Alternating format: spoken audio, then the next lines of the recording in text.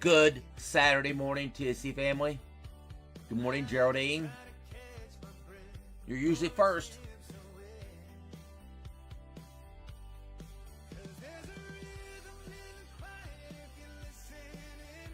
Hi, Holly, Sally.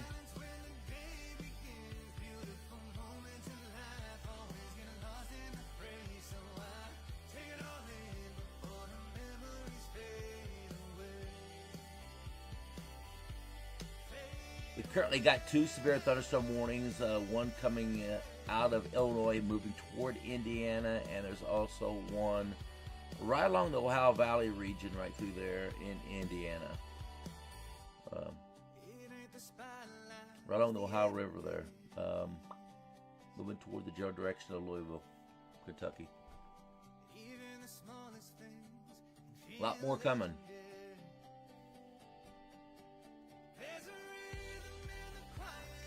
Hey, James. Hi, Shanita.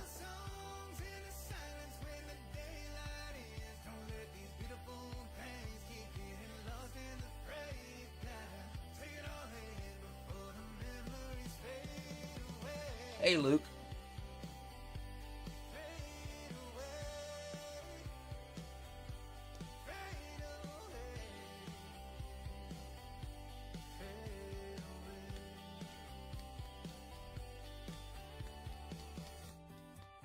Hey, Deb.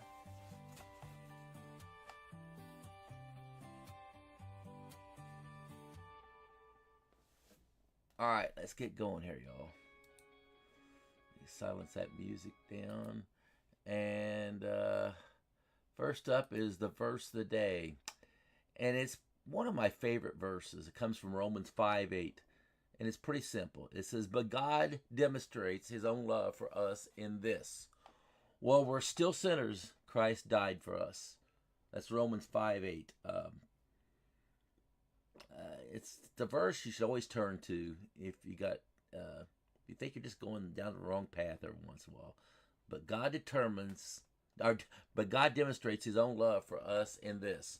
While we're still sinners, Christ died for us. Amen. Let's remember that. Romans 5:8. All right, let's get going here. First up, what I'm going to show you here is tropics. Now, you're going to see probably this everywhere on Facebook like crazy, but don't get too crazy caught up with it. This is the AIGFS, okay, model. It does show up in the GFS model as well. It does show an area low pressure, just an area low pressure in the tropics somewhere toward the end of the month. Don't put a lot of confidence into this, y'all. This is typical what we see from especially from the GFS model this time of year. It tends to give us these ghost storms that come down here out of the gyro loop of South America down here, and then it kind of moves its way toward the Gulf. We see this all the time this time of year, guys. So don't get. You're probably going to see crazy pictures out there, and don't get all nuts out of shape on it, y'all. I posted a little post about it a while ago too, and I said this is not even a forecast. And don't get caught up in this. Again, the GFS model this time of year pulls out of the tropics these artificial ghost storms here, and and that's what I call them, they're ghost storms from the GFS model. And they tend to mitigate from down here out of the gyro loop of South America down here, and then moves up toward the Western Caribbean and maybe toward the Gulf. In this case, that's what the GFS model is doing right now. So again, I can't stress enough. Don't get caught up in this stuff. Yet, I say yet. All right, let's get going here. Storm Prediction Center just updated. Yep, and they put a different feature up there. Now they have what? They have an area of concern here in Indiana and Kentucky area, don't they? Well, you've seen all that thunderstorm activity occurring there, and we're getting a couple of severe weather events right in that general area right there as well, as you can see here on the radar here. And you see those storms. There was a lot more. Well, there's a lot more to come back here. I gotta tell you, there's more to come here today for this region. It's all feeding in this general direction right here. You got a big old high pressure system over here, and all of it's going up and around, up and around, up and around. So you guys over in Ohio and maybe over here in Pennsylvania region, you're probably going to get some of that stuff today as well, more than likely down the road. All right, let's go forward here now. A tornado threat today. Yeah, there is one there in southern Indiana and Kentucky, as you can see, Illinois. Small chances of a tornado threat there. Wind threat. You see the wind threat areas, same areas. Hail threat, basically the same areas. A little bit higher threat level back here in Kansas and Nebraska for a large hail. Let's read what it says down here. Again, they just updated here. I mean, just updated about 20 minutes ago. So this is brand new from them. It says summary. Severe thunderstorms capable of producing large to very large hail. Severe damaging winds, some 75 mile per hour plus. And a few tornadoes should occur this afternoon, evening across parts of the Central Plains into Ohio. So they're expecting 75 mile per hour winds or higher. Here's the HR model with that. You can see the updrafts here. Let's look at the wind now. Look at those winds. 82 miles an hour in this sector right there. Really strong winds there in Kentucky as well. So here and over here is where those large and strong winds are. That's going to happen. So put your hats on tight if you walk outside. Got a wig on? Secure it tight too, I guess. Or maybe a toupee. Make sure it's secured tightly, y'all. Because it can get some pretty, it can blow off here in this area here. And down here along the Ohio River Valley. Right along the Ohio River. Right there in Indiana and Kentucky region. Possibility of hurricane force winds, 75 miles an hour or higher in that area right there. All right, that's today. So what do we look like tomorrow?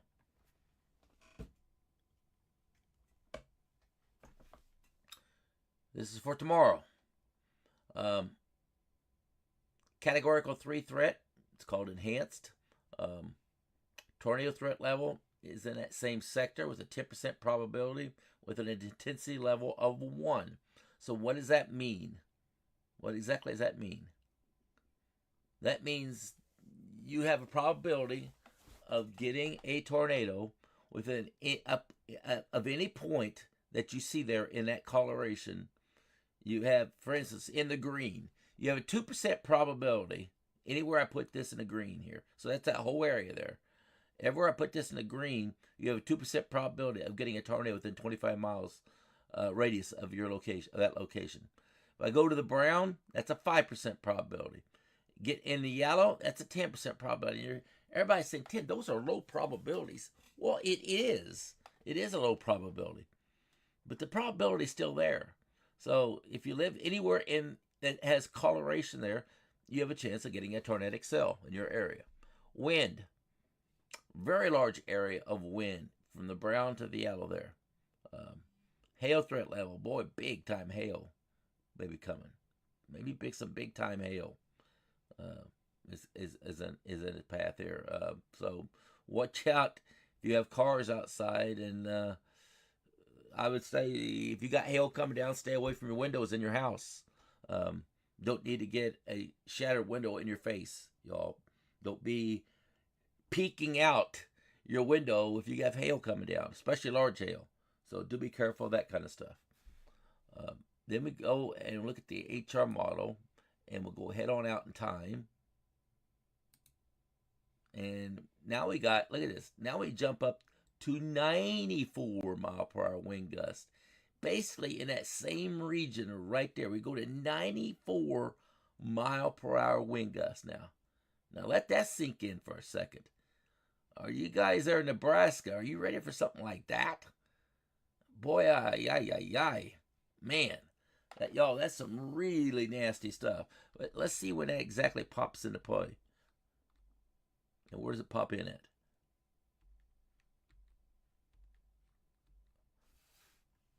it looks like it's occurring. I'm trying to, it goes from 82 to 94 right there on that click there. And I'm looking to see where, I think it's right there. It's in that area right in there. That's where it's located at. It's right there. It's that one little speck right here. I'll leave a pointer there. Right there is where that 94 is showing up at. So it's going to be regional. Don't just look at that one little speck there and say, y'all, Nebraska. This is going to be a regional look. So in this region right through here is where that 94 mile per hour wind gust is showing up for tomorrow. Y'all, that's nasty stuff. Now, James talked about the fires out there in Texas. Gosh, dogs, this is not going to help. That's not going to help getting 50 mile per hour wind gusts in that area there in Texas, is it? That is not. That's going to, oh man. If you got a home anywhere in the line of these wildfires down here, and you're getting 50 mile per hour wind gusts coming there into play, what's going to happen with those wildfires, guys? That's going to be brutal, is what that's going to be. So, man, be careful down there, anywhere around those wildfires here. Those plains down there that has all that grass down there, golly gee, and it's all dead on top of it. It's just brown grass, and it is not going to be fun to watch there, to say the least. That is going to be very treacherous there for those guys fighting and ladies fighting the wildfire down there. That's going to be bad. I don't think there's any doubt about that. Okay, now let's look at the updrafts. Now, bear in mind, I have this up through 7 p.m. I have to go all the way to really Sunday at 7 a.m. And I can't quite get out there that far. It only goes out to 48 hours out. Now let me see the brand new 12Z run, see how far out we are. And we're only up to 26 hours out. And you can see it's still showing 85 mile per hour wind gusts in that area. So you got to believe, you guys in Nebraska, okay, and maybe down there in the Kansas area, that you're going to get those winds, guys. That wind is coming there. And you got to trust the model guidance here at this point with those kind of winds. You just got to trust it, because it is showing up there. Yet it's not going away. It's showing run after run. It's giving us that those hurricane plus wind gusts up here. So that is going to be some damaging wind gusts there in that sector there. All right, here's the updrafts now. Do you want to see it? There's your updraft profile through 7 a.m. 10 a.m. Back it up through 7 a.m. So that's what that day one looks like here on the brand new HRR model. I'd say it looks about right with what Storm Prediction Center is forecasting there. It looks about right. I don't have a problem with that. All right, now, again, this is for tomorrow into Monday. Now, let's look at this. Tornado threat there. You see what it looks like. You get up to 10% probability. Wind threat, again, a very large area, and hail threat. You have a very 30% probability for almost baseball-sized hail coming into play there. All right, now let's go to day 3. This is where things, Sunday, tomorrow, is pretty serious. But I got to tell you guys, day 3 here, this is going to be nasty, nasty, nasty. This is where the nasty, nasty comes into play here. It is really, we're looking at Monday into Tuesday time frame. This is going to get nasty, nasty, nasty here, guys. Storm Prediction Center overnight, what did they do as a different look? Well, they did expand. They did expand a little bit there into Texas, a little deeper, didn't they? They did. Now, is it expanded enough for Monday? I don't know yet. The European model is not saying, no, we still got issues over and down in here for Monday. And you look at the probabilistic right there, man, look what they got here, guys. They're expecting the nasty, nasty here now. Look what they got. They have a 30% probability in everywhere in the red there, and they have an intensity level now of 2. Now, what does that all mean? What the heck does that all mean exactly? Here's what it says in the summary. It says numerous strong thunderstorms are expected to develop Monday along a cold front and dry line extending from the Great Lakes into the central southern plains. Supercells capable of all hazards, including very large hail and strong. Now this is where that's why they have the intensity level 2, and strong to intense tornadoes will be possible across central Kansas into southeastern Nebraska. So, boom, here we go. This is where the nasty starts, and that's on Monday. I am off on Monday, so I will be able to watch the radar and give you guys the cleanest update I can possibly give you. And watch for tornadic activity is what I'll be doing on Monday. I am off on Monday, so I will be able to do that for you guys on Monday. At least till at least midnight, more than likely. But intensity level of 2. And that's pretty nasty stuff there, guys. If you have family there in, say, in the Kansas area, man, I would, and maybe over here in Missouri, that up in Iowa, all the way up. Look at this, all the way up there into Wisconsin. That is going to be bad, treacherous, especially right there in Kansas. Man, if I was a storm chaser right now, I know where I'd be going, and that's Kansas. I'd be trucking to Kansas right now is where I'd be going, and that's because that's going to be the main prime area is going to be in the Kansas City area as a possibility. Man, yeah, Kansas City. That I'm telling you guys, that area in there could be really bad in that sector right there. All right, let me show you what I'm talking about here. So let's look at this is what it looks like at for today, say at 1 o'clock. You see where that thunderstorm activity is happening right there across the Ohio Valley region right there at 1 p.m. this afternoon, can't you? This is the European model showing lightning strikes. And then you look at today. This is what it looks like. Now, I always like looking, as an example, in the evening. So, somewhere between 6 and 8 to 9 to even 10 p.m.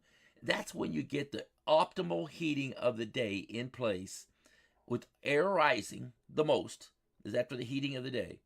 And as a norm, now it doesn't mean necessarily all the time, but as a norm, that's when you get the maximum possibility of severe weather is during the very late afternoon, evening hours is where you get that maximum heating of the day in place.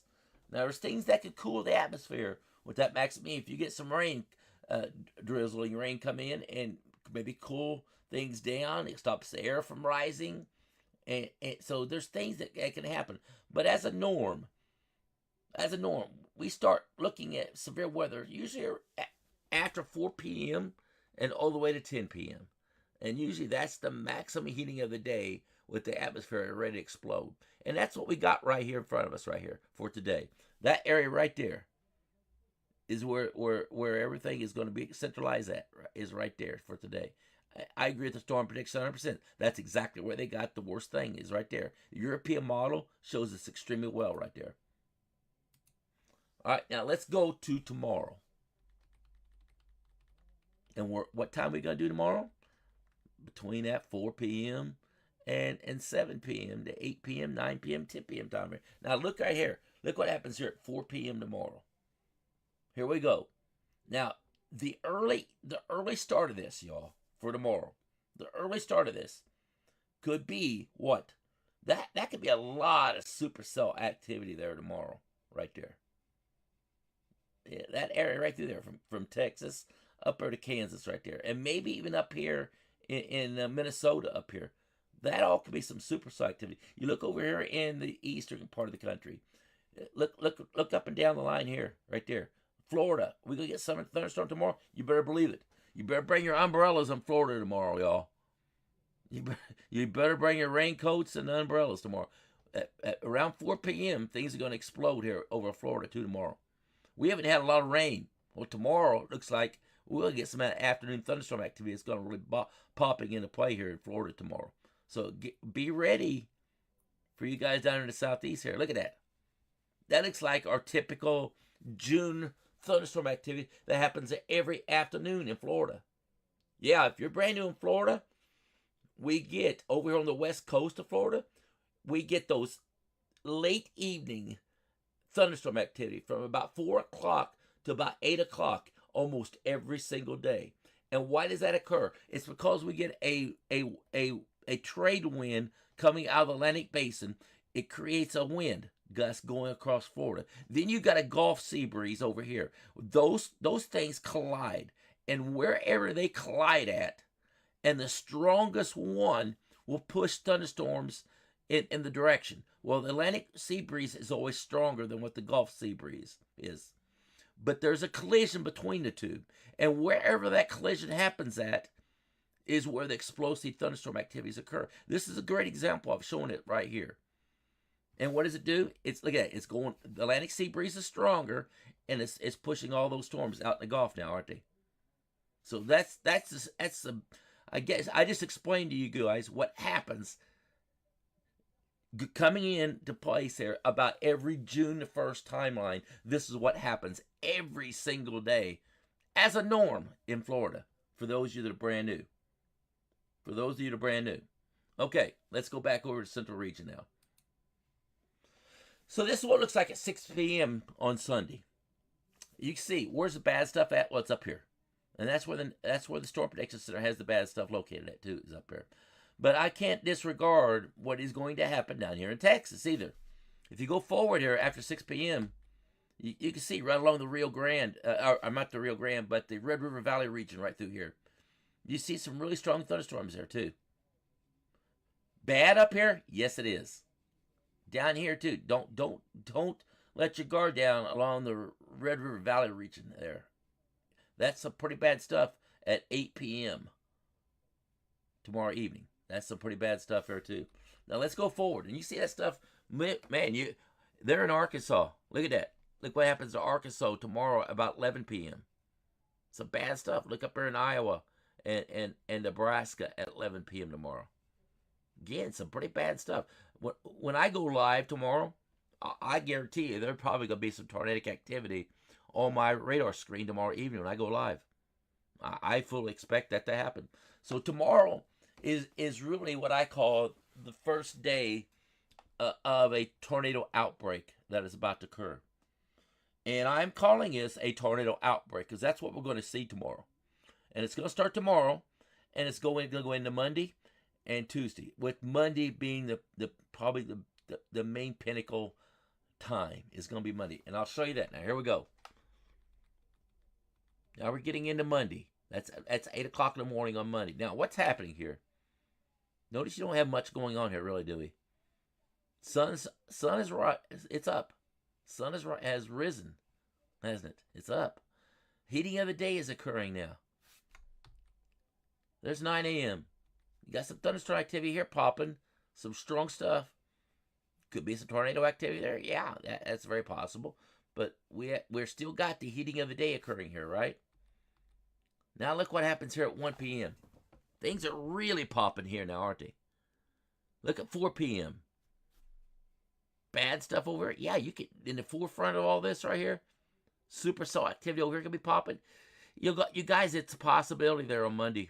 We may see supercell activity anywhere in this area right here on Monday. I think it's very possible. Look what the Storm Prediction Center is saying. Look at the whole entire region right there. This thing just updated here. You see the entire region there. Well, where's the main stuff located at? Mainly it's located coming out of Nebraska, or out of Oklahoma, across Kansas, parts of Nebraska, Missouri, and up there in Iowa. That's the centralized location for the bad stuff, is basically right in there. But it's going all the way to up here into Wisconsin and basically down there in Oklahoma and look down there in Texas. Have they went far enough south for this event? Let's look at it. I've been talking about that they just have not put things far enough south. And I think they've done the same thing yet. They still don't have it quite adjusted yet. But what are they doing? They're taking those baby steps, aren't they? They are taking those baby steps. Okay, here we go. This is what it looks like at 6 p.m. on Monday. And you see, wow, we got some bad stuff here occurring here on this lightning strikes here. Some really bad stuff in that sector there. This is why I'm saying down here in Texas, they do not have, from the storm prediction, they do not have as far enough southward, this graphic far enough southward yet into Texas. They're getting there, but boy, they're taking baby steps to get there, aren't they? Every single day they update this graphic here with coloration is going further south, further south, further south into Texas, isn't it? It is. It's like they're just like the National Hurricane Center, guys. When you're looking at 4, 5 days out, they take these baby steps to get where they want to get to, and that's what they're doing right now. They know the bad stuff is probably going to be up here, but they take baby steps to bring it down into this sector here, and that's what they're doing. But they're going to get there, guys. They will get there. This will be a severe threat level here in Texas. Notice yesterday, Dallas-Fort Worth area wasn't even hardly on the map from the Storm Prediction Center. Well, it's getting close to that area now if it's not already. It's right on that edge, isn't it? So they're getting there. This ain't quite there yet. Okay, let's go forward here now just a little bit. Let's watch what happens right at 7 p.m. Look at 7 p.m. Man, does that look bad in that whole sector right there? Yes, it does. From Texas all the way up there to Iowa area. Man, that sector right there is just brutally nasty in that area. 8 p.m. Look what 8 p.m. brings. Now, this is what I'm talking about. They're not far enough south down here into Texas yet. They're getting there, guys. You guys in Texas, wait till tomorrow. Tomorrow, they will update that graphic. And it may get updated again this afternoon. Okay? They may update this afternoon and give us a little different graphic here. I wouldn't be surprised at Storm Prediction Center they update this afternoon. They will put us a problem down here. James says WVC. That means the Weather Prediction Center is showing some risk of flash flooding for the next 5 days. Yeah, I probably would just assume if you're getting that much rainfall with storms, you're getting all this storminess over the same areas, there's got to be a flash flood risk there. So I just assume that's going to be happening. All right, let's go back to this European model now. Let's just leave it right here at 8 p.m. There's 9 p.m. But let's go back here to 8 p.m. right there. Let's leave it right there for a second. And let's evaluate what it looks like in this general region through here. Because I always like to look at 8 p.m. Because I know 8 p.m. is like the maximum with the heating of the day that's taking place. Here's the K-index. Guys, we're up to 44 in that region right there. 44. From Texas all the way up to the Iowa region. That is some nasty K-index indexing right there. Surface cap in that sector. We got as high as 4,600 surface cap. And I think let that sink in for a second. Right there in Kansas. Right where they have the worst of the worst. Right there centralized in Kansas right there. Look at that surface cap. Right there. And what's happening? Look at that thunderstorm activity busting through it in that area as well. Guys, this is a vicious looking these first 2 or 3 things I'm showing you right here. It looks bad, doesn't it? It does. Down there in Texas, what's that surface cap look down there? We're over 2,000. So you got thunderstorm activity, and a lot of it with that lightning down there is busted through over a 2,000 surface cap. What does that mean? Well, the higher the surface cap is, and it takes stronger thunderstorms to bust through a surface cap that's really high. A weak thunderstorm cannot bust through a surface cap. If it's weak, it can't do it. So the stronger the thunderstorm, the higher the surface cap it can bust through. If you don't have a strong enough thunderstorm, it won't bust through that surface cap, and that thunderstorm will not materialize into a really bad storm. So the higher that surface cap that you find, and if thunderstorm activity busts through it, it's like an explosive event is occurring. Those clouds just blossom, maybe to 60,000 feet.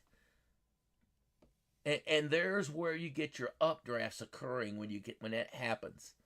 And those updrafts can cause what? It causes large hail, and you get what? Tornadic activity spinning out of it. So that's why surface cap is so important to watch. Is if thunderstorms cannot bust through it, you probably don't get much of a severe event. But if that thunderstorm can bust through that surface cap, it's like an explosive bomb just goes off, is what happens. So these thunderstorms are breaking through a 4,000 surface cap there in Kansas. And that's why the Storm Prediction Center has Kansas as a centralized location of severe weather right now. I fully understand 100% in that area right there. I fully get it, why they have it right there. All right, now let's look at the dew points. Are those dew points there in Kansas above 70? Are the dew points down here in Texas above 70? How about up there in Iowa? Let's look at that dew point. Because dew point's that magical number that we look at. All right, what we got there? We got 70 dew points there in Kansas, right at 70. But look what we got down here in Texas, right where that thunderstorm activity is really high. We're above 70, aren't we? Up there in Iowa, we're slightly above 70. Over here in Missouri, we got 71 dew points. So we've met that threshold in that sector of 70, haven't we? And 70 is that magical number that I look up for myself. It's not a magical number that anybody maybe in meteorology world puts out there, but it's my self number that I look for, is that magical number of 70. You could get bad things happening, guys, under 70 dew points. Don't get me wrong. But 70 is a magical dew point number that I look for with all the combination and everything else. So when you meet that threshold of 70, again, that just gives more fuel for things to explode. And we got that threshold of 70 met right there, don't we? It is. Now what do we need? We need wind. We got to go to the 700 millibar wind. Where's the wind at 700 millibars at? Well, you see it's up here. Man, right there in Kansas. That's the strongest wind at 700 millibars right there. You do have a 700 millibar wind. Even though it's not as strong as it is up here, it is still there, y'all.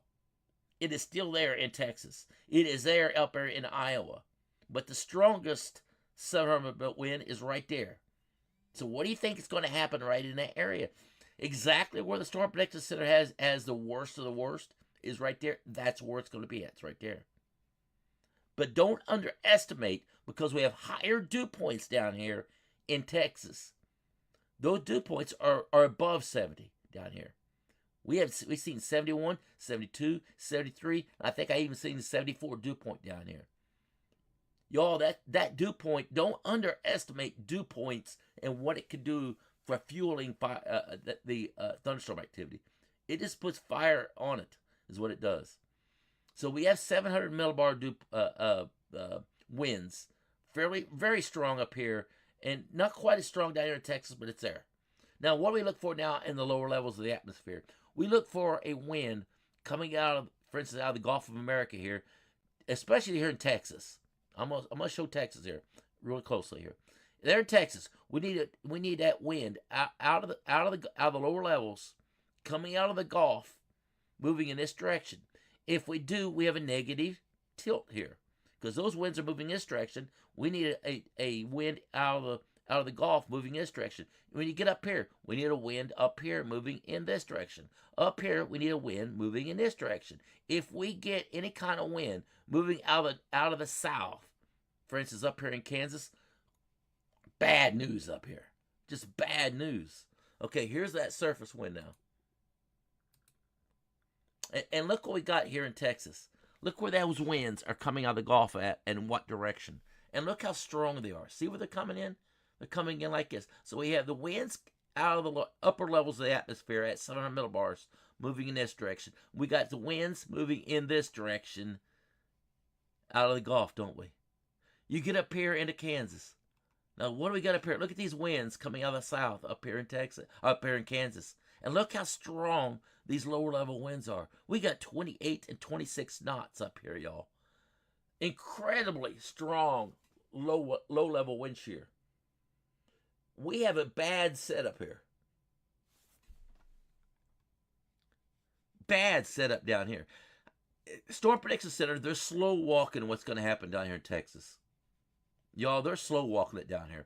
They need to get that down in here where that bad severe thunderstorms are happening at, because the European model here is telling us a story here. Now, why am I dwelling so much about the storms down here in Texas? Because I know a lot of you guys follow me down here. I know a lot follow me here in Arkansas and Louisiana, and even up here in Missouri. I know a lot of people that follow me here. But I know you all down here in Texas, there's a lot of people follow me here and over in Florida and down here along the Gulf Coast because of the tropics. I get that. I understand it. So that's the reason I'm dwelling so much about Texas. I'm not trying to hype it up. I'm just trying to tell you what's going to happen right now. All you got to do is look at the parameters here that I just showed you here. Now, I really need, I need the short-range models, don't I? All right, now, where's the short-range model we can look at? Because we're looking at 66 hours out. Which one is it? It's the RFS model. And I could probably look at the NAM model. Now, I've not looked at either one of them yet. But I would almost bet anybody that there is going to be trouble down here in those models when we look at them here. So let's look at the RFS model and leave that same timeline up here of 8 p.m. on Monday. Let's look and see, is there any updrafts down here at all on that RFS model? I have no idea what it's going to look like. Honestly, I couldn't tell you. And look what we got. Now, the updrafts are not nearly as strong as they are up here. Facts. That's a fact. But are there updrafts down here? Well, there is. And do they increase as we go forward? Where are they increasing at? Well, they're increasing up here, aren't they? Now, when those updrafts happen down here in Texas, let's look at the time frame here on the RFS model there. All right, now we're into Monday. Now let's watch down there. Do we get, when are those updrafts popping? You see, ever so slightly, they're increasing in that area there. Somewhere around 4 p.m. to 8 p.m. is when those small little updrafts that's happening there. Now, there's not a lot there. There's not a lot there. Not as much nearly as what's up here. Up here is where the bad is going to happen at. But even the RFS model is not showing the updrafts here in Kansas and in the area location where the Storm Prediction Center is forecasting it at, is it? It's not quite the same area. If you look where the Storm Prediction Center is at, it's right there in central Kansas, isn't it? And where's the RFS model? It's not really there. So the RFS model is not really matching up with what the Storm Prediction Center is showing right now. Now let's look at the NAM, because the NAM model goes out, I think, to 60 hours out. Let's look and see what it's showing. Might know it would be updating right now. It only goes to 2 p.m. As far out as it goes, 2 p.m. But again, you look at that area right there. There's where the bad's at. It's starting. That's where it's starting to happen at. You watch it right there. And actually, those updrafts there are from really coming into play there on the NAM model. That happens. Some of that's happening today, this evening. Some of those updrafts are happening this evening. Into the early morning hours of Sunday morning. So the NAM's not far enough out there to really give us a good look as what's going to really happen Monday. So y'all, I don't have a model other than the European model to really look at here. And we need to wait until these short range models come into the timeline for them. 48 hours out is as far out as the HRR model goes. So by tomorrow evening, when I do that evening broadcast tomorrow, I'll have a better outlook what's going to happen on Monday, even into Tuesday, because it goes out to 48 hours out. So with that said, that 9 o'clock broadcast I'll be doing tomorrow, the HR model will be updating it starts updating about 9 o'clock in the evening is what time it starts updating. So during that broadcast, the HR model will be updating. That's kind of the reason why I like doing a 10 p.m. Eastern Standard broadcast. But when I do it that late, the people over on the East Coast, meaning Florida, that's a little late for them at 10 p.m. So 9 p.m. Eastern Standard Time, which will be 8 o'clock Central, is really the optimal time to do a live broadcast. But the problem is the HR model is just starting to update it there at 9 o'clock. So I'm still going to do it at 9 o'clock. We'll just watch that HR model update as it updates, what we'll do tomorrow. We're going to do a broadcast tonight, probably around 9 p.m. Eastern Standard Time is what we'll do it tonight, this evening. And we'll look and see what the models can give us. And we'll see what Storm Prediction Center has done for an update for Sunday. And will they update Monday's graphic? I got to think, y'all, when you look at the European model here and what it's given us, let's just follow the K-index here for Monday. When does it get the strongest? Man, we're up to 45.8 right there. There's the strongest K-index, and that's at 6 p.m. Eastern Standard Time there on Monday. It goes up to 45.8 in that sector right there. And you look where that lightning flash is located at, boom. There's your highest K-index, and there's where the really strong thunderstorm activity is happening at. And I gotta believe the entire sector there, and that's the reason I'm saying they are not far enough south here into Texas right now. They're just not there, guys. And they will get there. They will get there. But they're taking these baby steps in doing so. And man, I tell you what, when you start looking at the dew points here and see watch what happens here as we go through the evening too. Those dew points rise, don't they? They climb even further. Look right there in Texas as an example. We got 69, 70 dew points there at 6 p.m. As that thunderstorm, look what's happening here. 72 dew points. It goes all the way up to 72 dew points right there. 72 dew points right along the Red River Valley region there. You got 71 dew points up there in Kansas. Look over in Missouri, 71 dew points. Where's that at? That's right where all that crazy thunderstorm activity is happening at up in here. Now, don't get too caught up in what you're seeing here with this lightning, because that lightning could be here, it could be here. It's a regional thing, y'all. Don't get caught up in the individual lightning strikes that you're seeing here, because this is on the hour. What happens the next hour? It changes. So it is a complete regional thing, and that's the reason I'm saying they are not far enough south there in Texas yet. They are not. They'll get there, y'all, but they're not there yet. All right, guys, I don't know what else I can give you. We can look at Tuesday real quickly here before I get out of here. This will be Tuesday. Again, what's their outlook here? I don't like this graphic at all either. I don't think they've updated this. They've got a much elongated area now. They did have that small area right in here is where it was located at. They've not got far enough south down here with this. And again, look at the European model with this. Let's watch the lightning strikes here. Let's get in here into the Tuesday time frame. And I again, this is where I don't think they've got it right yet. If you look what they have here, and they got it stretched all the way there in the Michigan, across Indiana, Illinois, and back into Oklahoma, don't they? Well, let me get into that region there. Yes, right through there. And here's the problem I got with it. They have that line right there that they've got showing. That is showing up about at 12 p.m. in the afternoon from Michigan through Indiana, Illinois. Right through there. They have that line showing up at 12 p.m. as the most severe threat level. I don't think at 12 p.m. is going to be the worst severe threat. I don't think that's where it's going to be at. I don't think that timing is correct yet. There's 2 p.m. There's 3 p.m. We got stronger lightning there at 3 p.m.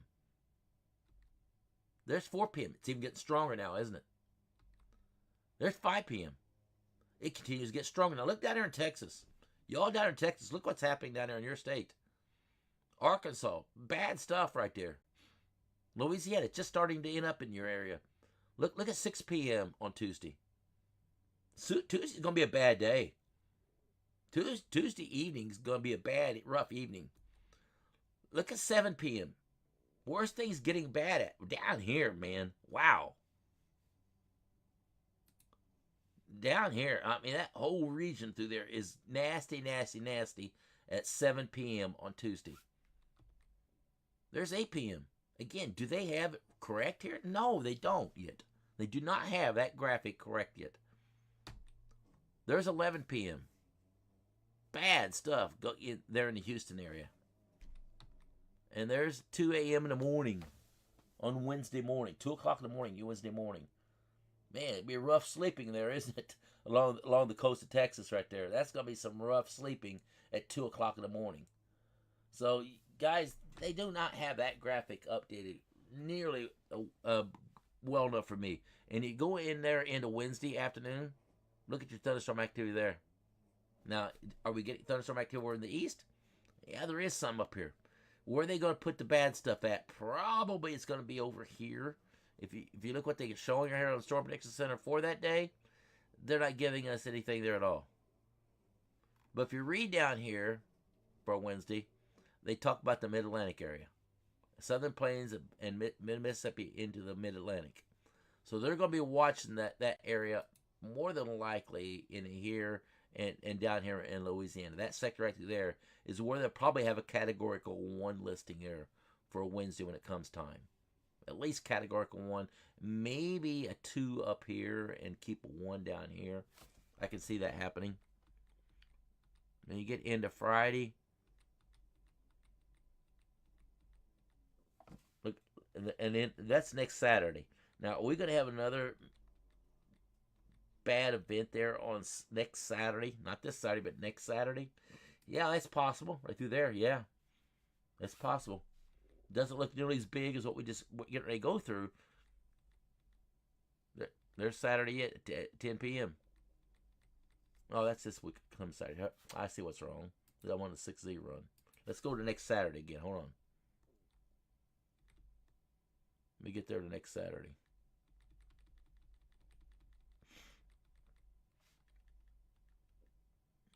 All right, there we are.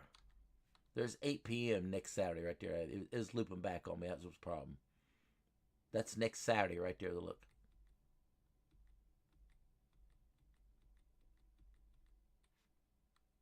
Let's see if we can see the next big event. I tell you what, guys. A week from this event that we're going to go through like that right there.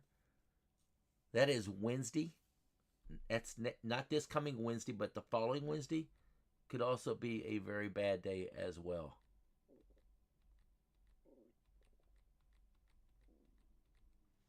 That's Wednesday the 27th. Wednesday the 27th could be a pretty severe event level there on the 27th. I suspect there's an area low pressure up in here. It's causing this. And it's right there. In that sector right through there. And does that get ejected out? It does.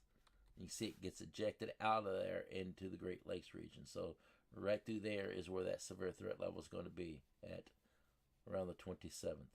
All right, y'all. I'm going to get out of here. Everyone have a blessed day. God bless you all. I'll see you guys tonight around 9 p.m. Eastern. I'll be somewhere around 9 p.m.